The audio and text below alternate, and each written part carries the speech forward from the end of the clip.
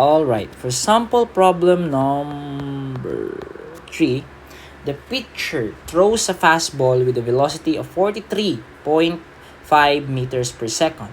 It is determined that during the windup and delivery, the ball covers a displacement of 2.5 meters. This is the point behind the body when the ball is at rest to the point of release. Calculate the acceleration during this throwing motion. Okay? A pitcher throws a ball with a velocity of 43.5 meters per second. Okay, guys? So, ibig sabihin, okay, and then covers a displacement, yung sinabi, we have the given,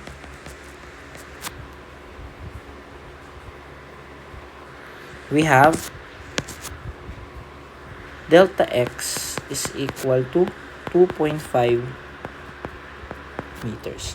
Now, sabi dyan, the pitcher throws a ball with a fastball with a velocity of 43.5 meter per second. Ano kaya yun? Is it VO or V lang? Is it VO or V? Sir, ang sabi dyan, sabi mo kanina, kapag ka binanggit that pag binanggit sa una yung velocity, technically VO ilalagay ko dyan, sir. Okay, but basahin mabuti yung problem at i-analyze yung mga pinagsasabi dun sa problem. Tama. Sabi dito, tama nga, initially, yun ang magigess mo talaga. Initial velocity yung 43.5. However, if you read this statement, this is from the point behind the body. Okay, behind the body, ibig sabihin daw, nagsimula ka. Kasi picture yan eh. Ibig sabihin, yung bola niyan is ibobuelo niyan, tama, behind the body. Tama, ibobuelo niya. Let's say for example, ito yung pitcher. Say for example, ito yung pitcher. Tama. 'Di ba? Ang mangyayari diyan, ibobuelo niya muna 'yan bago niya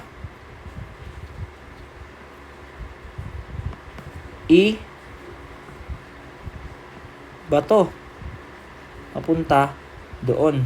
Tama? So, ang mangyayari yan, ganyan, wait lang. Bago niya swing papunta doon. Tama ba?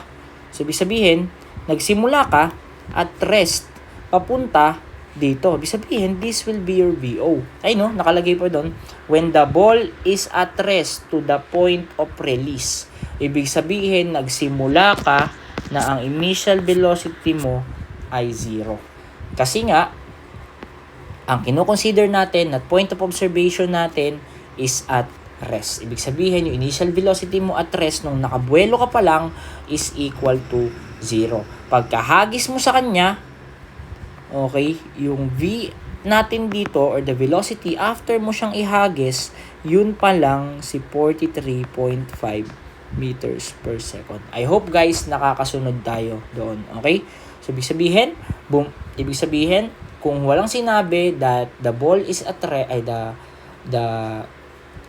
ball is or the ball came from rest, basically ang initial velocity natin is 43.5 kasi wala na tayong pakialam dun sa may buwelo niya. Ang pakialam lang natin, nag-start yung bola na may speed na 43.5.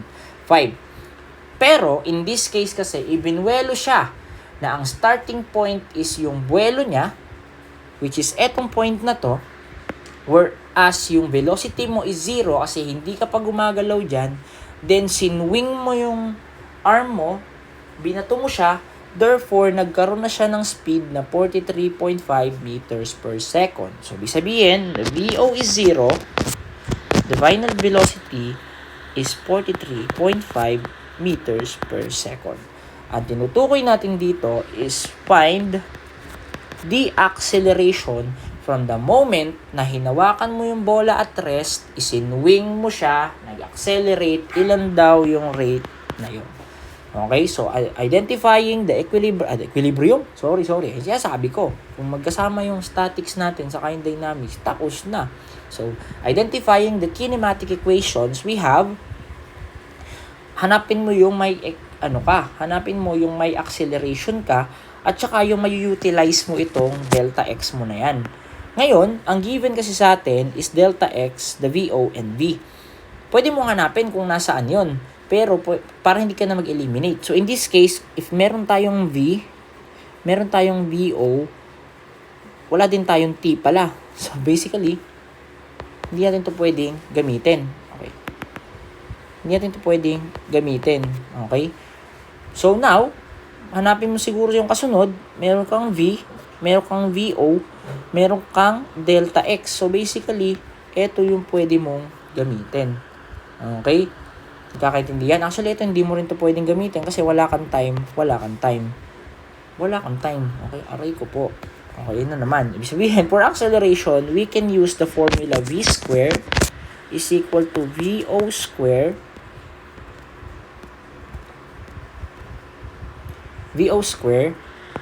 plus 2A delta X.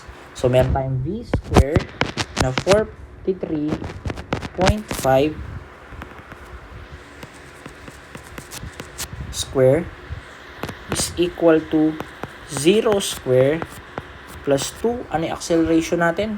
Yun ang hinahanap multiplied by the delta x na 2.5 meters. So, identifying or finding the acceleration, A is equal to 43.5 square is equal to 0 square plus 2. Yung hinahanap natin, multiply by 2.5. Calculating, we have 378.45 meters per second square. So, that's the final answer for this problem. Yan. Take a screenshot and then proceed.